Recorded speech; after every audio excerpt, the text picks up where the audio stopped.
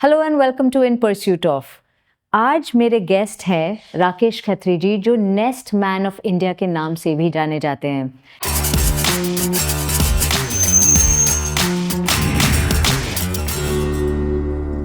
बचपन से देखा है और करूंगा, क्योंकि बचपन से इसलिए देखा कि जहां मैं रहता था चांदनी चौक में, हमारा 3rd फ्लोर के ऊपर मकान था, पुराने मकान थे वो। उस मकान में बहुत सारे होल थे दीवार के अंदर, ईंटें निकाल दी जाती थी, मेरे ग्रैंडफादर ने निकाली भी थी। उसमें चिड़िया अपना घर बनाती थी।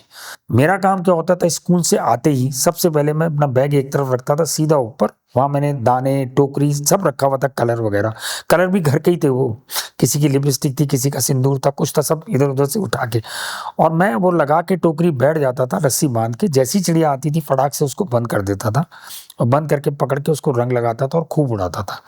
पुराना घर था, कोई ऊपर देखने वाला होता नहीं था छत में। अब लगता है कि वो छत कितनी इंपॉर्टेंट थी बर्ड्स को बचाने के लिए। उनकी फूड चेन हमने खत्म कर दी सारी। हम उसी छत के ऊपर गेहूं धोया करते थे, चावल बढ़िया पापड़ सब उसी में बनता था ना, वो उनकी फूड चेन थी, वो हमने खत्म कर दी। और दूसरा हमने क्या खत्म करा, मेरे उस घर के अंदर सबसे पहले पंखे के कप के अंदर चिड़िया अपना घर बनाती थी। अब वो पंखे खत्म हो गए। मेरे घर में तो बहुत बड़ी प्रॉब्लम थी, जैसे ही चिड़िया घर बनाती थी उसमें उस कमरे के अंदर, क्योंकि बसंत पंचमी में चिड़िया शुरू करती है अपना घर, हल्की हल्की गर्मी शुरू होनी हो जाती है। मेरे ग्रैंडफादर का सबसे बड़ा रूल था कि इस कमरे में अब चिड़िया ने घर बना लिया, इसमें पंखा कोई नहीं चलाएगा अब, जब तक चिड़िया रहेगी। 57 से 58 दिन लगते हैं उसको आके घास लगा के, फिर बच्चे अंडे दे के, एग ले करके, हैच करके बच्चे बाहर निकलते हैं, जब तक 57-58 दिन लग जाते हैं। उतने दिन वो सोचिए आप, अप्रैल के फर्स्ट वीक तक वो बंद रहता था पंखा उस कमरे के अंदर। तो वहां से जुड़ाव बड़ा था घोंसलों का कि अच्छा यार ये घोंसले बड़ी कमाल की चीज़ें, क्या होता है ये चिड़िया आती है जाती है, चिड़िया आती है जाती है। Then I lost my father. तो 14 साल का था जब फादर की डेथ हुई, तो अब क्या करना है, अब ये समझ में नहीं आ रहा था।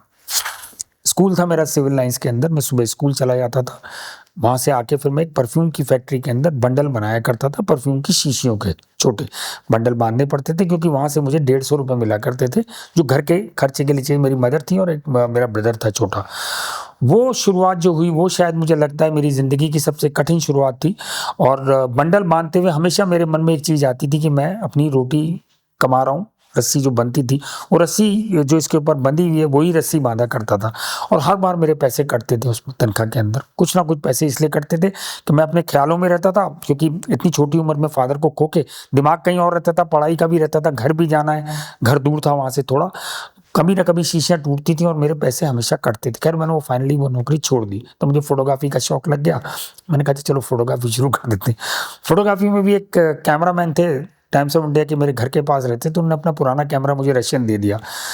उसमें भी बहुत मैं उनसे डांट खाता था, क्योंकि उसमें अपर्चर बंद करना पड़ता था पहले। जेनिथ कैमरा था और मैं हमेशा अपर्चर खुला करके फोटोग्राफी करता था, जब लाता था तो सारी खराब होती थी। क्या उन्होंने सिखाया किसी तरीके से मुझे। वो करते करते बस घोंसलों का तब भी चल रहा था, तब भी लगता था कि घोंसले बनाने जरूर हैं चाहे कुछ भी हो जाए। वो नौकरी करने के बाद फिर एक कैप्सूल की फैक्ट्री के अंदर काम करा, जहाँ दवाई पहले कैप्सूल के अंदर दवाई हाथ से भरी जाती थी, वो करा। फिर एक इलेक्ट्रिशियन बनने का सपना आ गया। अच्छा उस टाइम में क्या होता था, मेरी मदर हमेशा कहती थी यार तू टीवी का काम सीख ले, घर का टीवी नहीं खराब होगा। फिर मेरे को रेलवे गार्ड बनने का शौक लगा कि अच्छा यार रेलवे की नौकरी अप्लाई करनी। मैंने कर दी और सिलेक्शन भी हो गया। अब मेरी माँ ने जो दहाड़े मारी हैं कि अच्छा तू भी चला जाएगा, अब अकेले रहेंगे। मैंने कहा अच्छा मैं नहीं जाता, छोड़ देता हूँ। तब तक फिर फोटोग्राफी थोड़ी सी चल निकली थी। बस फोटोग्राफी चलने के बाद थोड़ा सा सपोर्ट हो गया कि न्यूज़पेपर्स में काम मिलना शुरू हो गया, फ्रीलांसिंग करते थे। उस टाइम 30 रुपये मिला करते थे एक फ़ोटो के, और हम लोग सुबह चाय भी जब ही पीते थे जब पहली फोटोग्राफ हमारी बुक हो जाती थी कि अच्छा आज शाम को इवनिंग न्यूज़ के लिए एक फ़ोटो देनी है या नवभारत टाइम्स के लिए देनी है। तो वहाँ से शुरुआत करी थी, लेकिन घोंसला तब भी मेरे साथ रहता था। फिर हम अशोक विहार शिफ्ट हो गए, फिर वो नारियल वाले लगाए। उसके बीच में मैंने जब शीला दीक्षित जी को ज्वाइन करा, तब शायद एक मेरी ज़िंदगी का बहुत बड़ा बदलाव हुआ। उनके घर में इन्वायरमेंट एजुकेशन के ऊपर काम करते थे हम, WWF के साथ स्कूलों के बच्चे आया करते थे। तो वहीं एक जंगल है गड़ी मांडू, जहाँ मैंने सबसे पहले घोंसले प्रोफेशनली उनके कहने पर लगाने शुरू करे। तो ये वाले घोंसले बना के मैं ले जाता था, मैं लगा के आता था। ये 2 इंसिडेंट हुए जिन्होंने मेरी ज़िंदगी भी बदली और मुझे नेस्टमैन के तौर पे इस्टेब्लिश भी कर दिया। मैं वहाँ जाता था तो एक माली ने मुझे एक दिन रोका, उसने कहा इधर आइए, क्या करते हैं ये? मैंने कहा घोंसले लगाता हूँ। प्योर जंगल था, अर्बन फॉरेस्ट है पूरा का पूरा, वो बहुत सुंदर जंगल है वो। तो मैंने कहा ये मैं घोंसले लगाता हूँ। कहने का अच्छा बैठिए। मैं बैठ गया उसके पास। तो वो एक लाइन जो टैगलाइन दी वो आज तक मेरी ज़िंदगी में चल रही है। उन्होंने मुझसे कहा कि इस काम को बंद मत करना, मैंने कहा क्यों? बोले तुम उनको घर दे रहे हो जिनका घर हम लोगों ने छीन लिया, तो ये काम तुम्हें बहुत आगे ले जाएगा, बहुत मुकद्दस काम है और तुम्हें बहुत तरक्की देगा ये काम। क्यों? मतलब कभी कभी ऐसा होता है कि आपको जिंदगी में राह दिखाने वाले बहुत मिलते हैं कि अच्छा इस रास्ते पे चले जाओ, ये काम कर लो। हर एक आदमी सलाह देता है, सलाह हमारे यहाँ बहुत फ्री है, लेकिन उस आदमी ने उंगली पकड़ के बताया मुझे कि नहीं ये काम करना और छोड़ना मत। और वही एक बस कारण था जो मैंने करा। और मैं, उन्होंने जाते हुए मुझे कुछ दिया, मैंने बाहर आके देखा तो वो 150 रुपए थे जो आज तक मेरे पास है, वो मेरी पहली कमाई थी। My goodness, that's ये कहानी है incredible. We need the power of our youthful audience and their questions to take our mission of sharing journeys and experiences to everyone. Please do write in with your questions and we'll make sure that we ask our guests those. Today, we have Anita asking your questions to our guest. Sir मेरा ये question था कि अगर मेरे जैसे volunteer अगर participate करना चाहे, वॉलंटियर करना चाहे तो वो कैसे कर सकते हैं? गूगल पे जाएं, नेस्टमैन लिखें, लेकिन जिस दिन मुझे ज्वाइन करें उस दिन एक काम जरूर करें, अपने फ़ोन को थोड़ा दूर रखें काम करते हुए। मेरे संग कंजर्वेशन पे काम करें, खूब सारी चीज़ें सिखाऊंगा, आप आगे भी बढ़ाएंगे उनको। और वाकई में ये छोटे छोटे स्टेप हैं जिनसे हम अपने आप को बचा भी सकते हैं और लोगों को भी बचा सकते हैं। आप जुड़ें, बिल्कुल कुछ ना करें, ecofoundation@gmail.com या जो भी, आप मेरा नंबर ढूंढ के मुझे फ़ोन करें, मैं ही उठाऊँगा फ़ोन, कोई दूसरा नहीं उठाएगा कि अच्छा हम बात करवाते हैं। आप करें, जुड़ें और बाकी लोगों को भी जोड़ें, अच्छा रहेगा हमारे साथ। हम सलमान खान की फिल्म से तो लगा लेते हैं कि अच्छा 3 लोगों को बताना है, हम ये खुद नहीं करते कि हमें भी ये करना चाहिए ना। Thank you sir.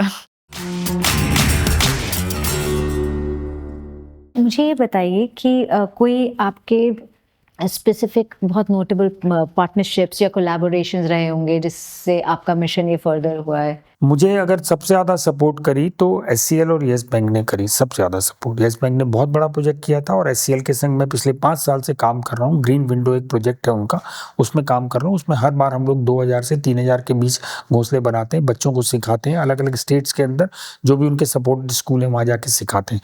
तो ऐसे पार्टनर बहुत मिले। हम लोग डोनेशन नहीं लेते अपनी एनजीओ में, बिल्कुल भी किसी से इंडिविजुअल डोनेशन नहीं लेते हम लोग। बेसिकली अगर कोई डोनेशन देता है तो हम उनको कहते हैं कि आप हमें कोई साइट बता दीजिए, हम वहाँ वो नेस्ट लगा देंगे।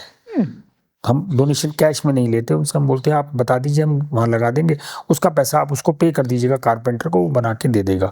और मेजर पार्टनर्स में करीबन 100 के करीब कॉर्पोरेट हैं अब तक, हीरो कॉर्प से लेकर एमडॉक से लेकर के, अगर नाम ना लूँ मैं तो ऐसे करीबन 100 के करीब पार्टनर हैं जिनके संग हम वर्कशॉप करते हैं। डिलॉयट हो गया, बहुत सारी ऐसी कंपनीज हैं जो हमें बुलाती हैं अपनी एम्प्लॉय एंगेजमेंट के अंदर, हम लोगों के संग वो ये एक्टिविटी करते हैं। आपकी जर्नी में कई चैलेंजेस आए होंगे?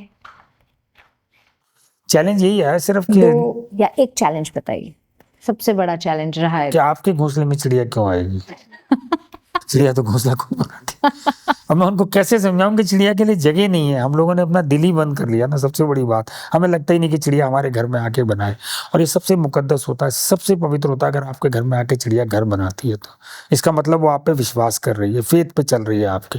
नेचर को ऐसी कोई जरूरत नहीं है, नेचर की जरूरत हमें, नेचर को हमारी कोई जरूरत नहीं है। ठीक बात। तो बेसिक रीजन वही है। मुझे चैलेंज सिर्फ यही आया आज तक के अच्छा आप क्यों बना रहे हैं जी घोंसले, आप तो उनकी आदत बिगाड़ रहे हैं। ये बहुत फनी है कि आप उनकी आदत बिल्कुल, अभी भी लोग लिख के बोलते हैं मुझे, लिख के डालते हैं। आप कभी भी मेरी किसी फिल्म का कमेंट पढ़िए, उसमें हजारों में से 2 कमेंट ये जरूर होंगे कि साहब ये आदमी क्यों उसकी आदत बिगाड़ रहा है चिड़िया की, उसको घोंसला बनाना भूल जाएगी वो तो, उसके बच्चों को आएगा ही नहीं घोंसला बनाना। आपके माँ बाप ने अच्छे काम करे थे तो फिर आप गलत काम क्यों कर रहे हैं? आपके माँ बाप ने तो बहुत अच्छे काम करे थे, तो चिड़िया भी तो बेचारी कहीं तो जाएगी, उसको घर कहीं तो मिलेगा। वो भी हमारी ड्यूटी है ना, है तो हमारी दोस्त। हम पैसे खर्च करके उसको देखने जा सकते हैं कहीं पे, लेकिन उसके लिए घर मुहैया नहीं कर सकते। और उसका सबसे बड़ा जो फायदा मैं आपको बता रहा हूँ, जो मैंने एक इम्पैक्ट देखा, वो शायद किसी ने नहीं करा होगा आज तक अपनी लाइफ में, वो मैंने करा और वो कमाल करके दिखा दिया। लोग अपने बच्चों की बर्थडे में मेरे से रिटर्न गिफ्ट में 100 घोंसले लेते हैं। That's amazing. ये तो ये बहुत इम्पैक्ट है जो मैं आपको बताना चाहता हूँ। Rakesh ji, thank you so much. आपसे बात करके सीरियसली बहुत अच्छा लगा। एक्चुअली आई हैव होप कि वापस we will reinstate nature back where it belongs. आएगी, पक्का आएगी, नहीं आएगी तो नुकसान अपना है। It's really wonderful. आपको हर चीज नेचर सिखाती रहती है ना, हर चीज बताती रहती है, हम लोग नहीं समझ पाते, शायद समझ नहीं पाते। अगर समझ जाए तो मुझे लगता है हर चीज का इंडिकेशन आपके पास पहले आ जाता है, हर तरफ से आता है, हम नहीं समझते, हमें लगता है कि ठीक है यार, जिंदगी तो है ही अच्छी हमारी। Thank you so much. Thank you for watching In Pursuit of. It's been a pleasure talking to Rakesh ji. Please do subscribe to our channel.